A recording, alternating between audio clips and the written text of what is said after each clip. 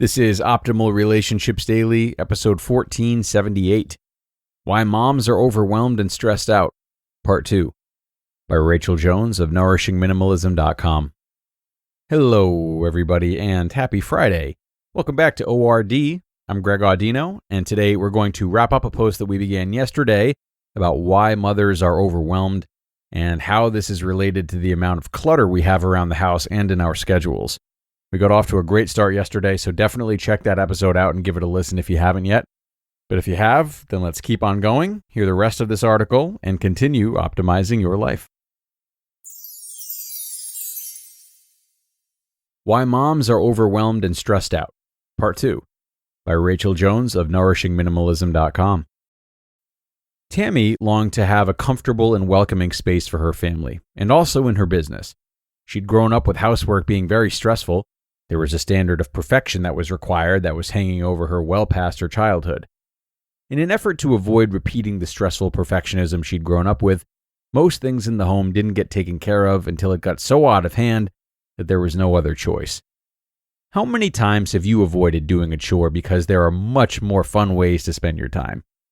Having a relaxed method of housekeeping ended up becoming a festering sore spot, and she found herself declining spontaneous invites from friends just to get the laundry caught up. When everyone is out of clean underwear, we don't have any other choice but to face the mountain of laundry, do we? When I met Tammy, she was on the verge of burnout.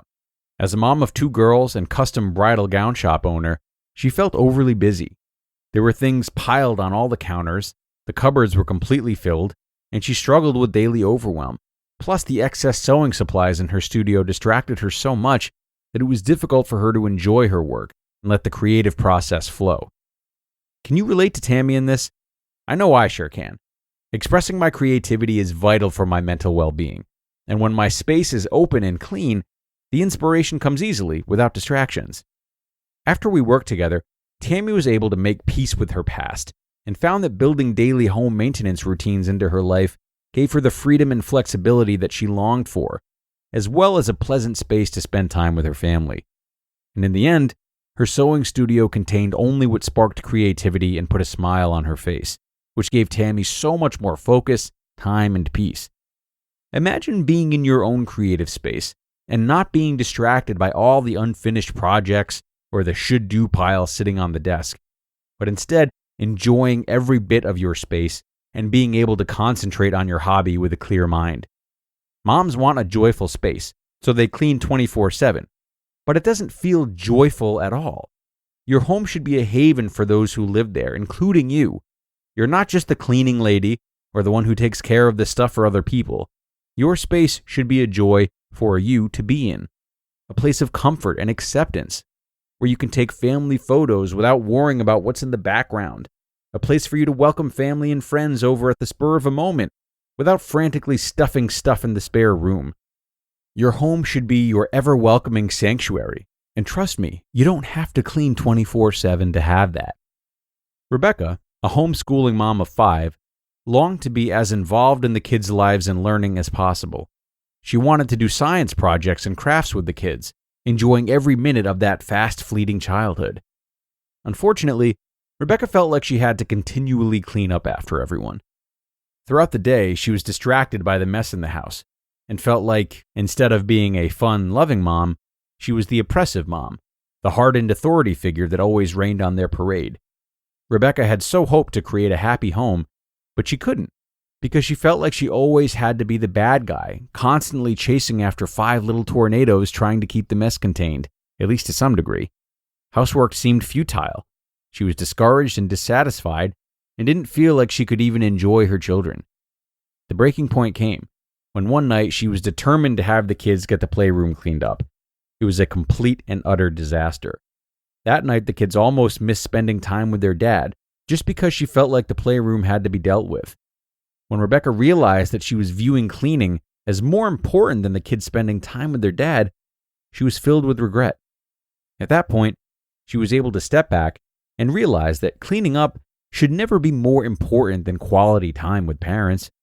Her perspective on the stuff in their home shifted dramatically, and she was ready to make some serious changes in her home. After reading one of my emails about getting rid of the toys, Rebecca removed the majority of toys from the playroom. She had thought for so long that to keep the kids busy, more was better. Sets of toys with every possible piece went out the door, and she caught a glimpse of the freedom that she'd been longing for. The children loved the new space and played for hours. Rebecca saw how much her children thrived in clear open spaces, and she wanted that feeling of freedom in the rest of her home.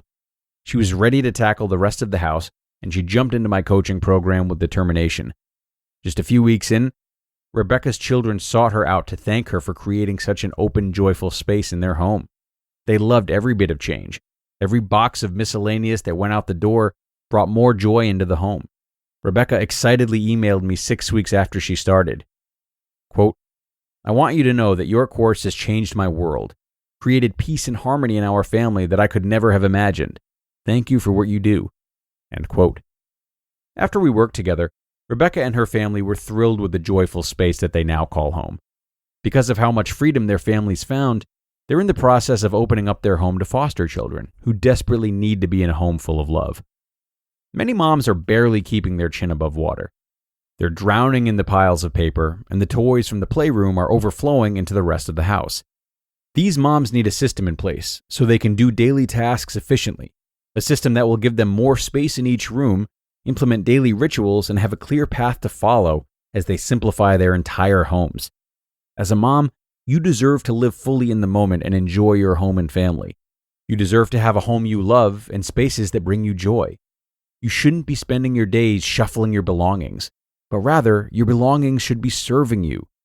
If you're sitting there with a never-ending to-do list running through your mind, you know exactly what I mean, and you don't have to settle for living that way.